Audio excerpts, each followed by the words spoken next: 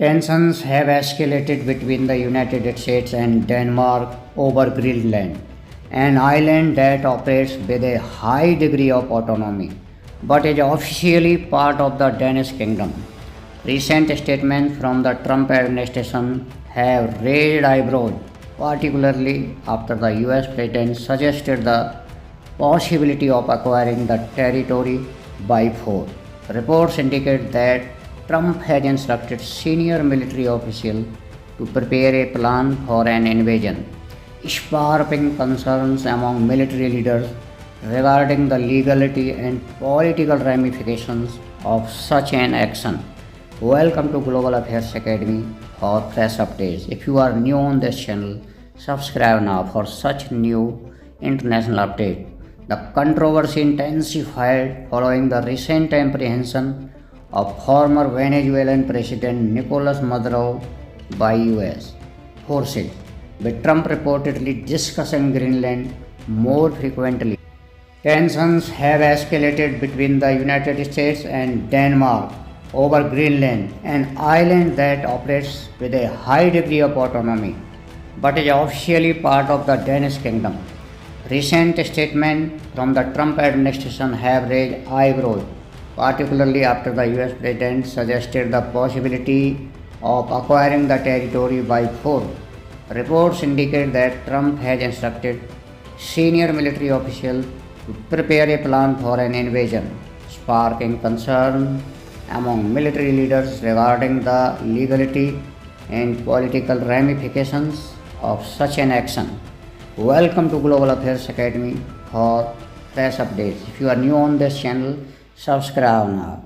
The controversy intensified following the recent apprehension of former Venezuelan President Nicolas Maduro by US forces, with Trump reportedly discussing Greenland more frequently since that event. The island, which is home to approximately 57,000 residents, has had a US military presence since a 1951 agreement. Adding fuel to the fire, Trump has reiterated his interest in purchasing Greenland, a sentiment echoed by Secretary of State Marco Rubio during a congressional session last week. The idea reportedly originated from billionaire Ronald Lauder, a longtime friend of Trump, who suggested the notion of acquiring Greenland during a private conversation. This sparked a deeper exploration into ways the US could enhance its influence in the Arctic territory. Former Security Advisor John Bolton detailed that after Trump expressed interest in the idea, a dedicated White House team was formed to examine potential strategies. Bolton remarked that Trump tends to regard information from his acquaintances as credible, making it challenging to modify his views. In a more diplomatic term, the US, Denmark, and Greenland have agreed to form a senior level working group to address ongoing disagreement and each tensions. Danish Foreign Minister Lars Løkke Rasmussen announced that discussions aimed at finding possible compromises would take place while still respecting Denmark's sovereignty. Rasmussen characterized meeting held in Washington as open and productive, although significant differences lingered. During these talks, he stressed that any proposal threatening Denmark's sovereignty or the rights of Greenlanders would be unacceptable. The newly established working group is slated to convene for its inaugural meeting in the coming weeks, as all parties seek to maintain dialogue and work towards solutions amid the contentious atmosphere.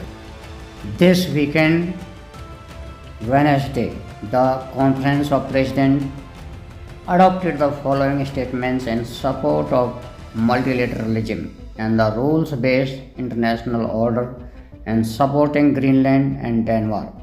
The European Parliament stands firm in support of multilateralism and the rules-based international order any attempt to undermine the sovereignty and the territorial integrity of Denmark and Greenland violate international law and the United Nations Charter. The security of the Arctic is a strategic priority for the European Union and we are firmly committed to safeguarding it. The EU's Arctic strategy goes beyond mere security concerns, and our commitment to step up the sustainable development and cooperation with the citizens of the region is steadfast. The Kingdom of Denmark, including Greenland, is a NATO member and is fully covered by the alliance's collective security guarantee. The European Parliament will continue to reinforce European defense capabilities and ensure that European Union member states uphold their NATO commitment, including through sustained investment in defense and a strong presence in the Arctic region.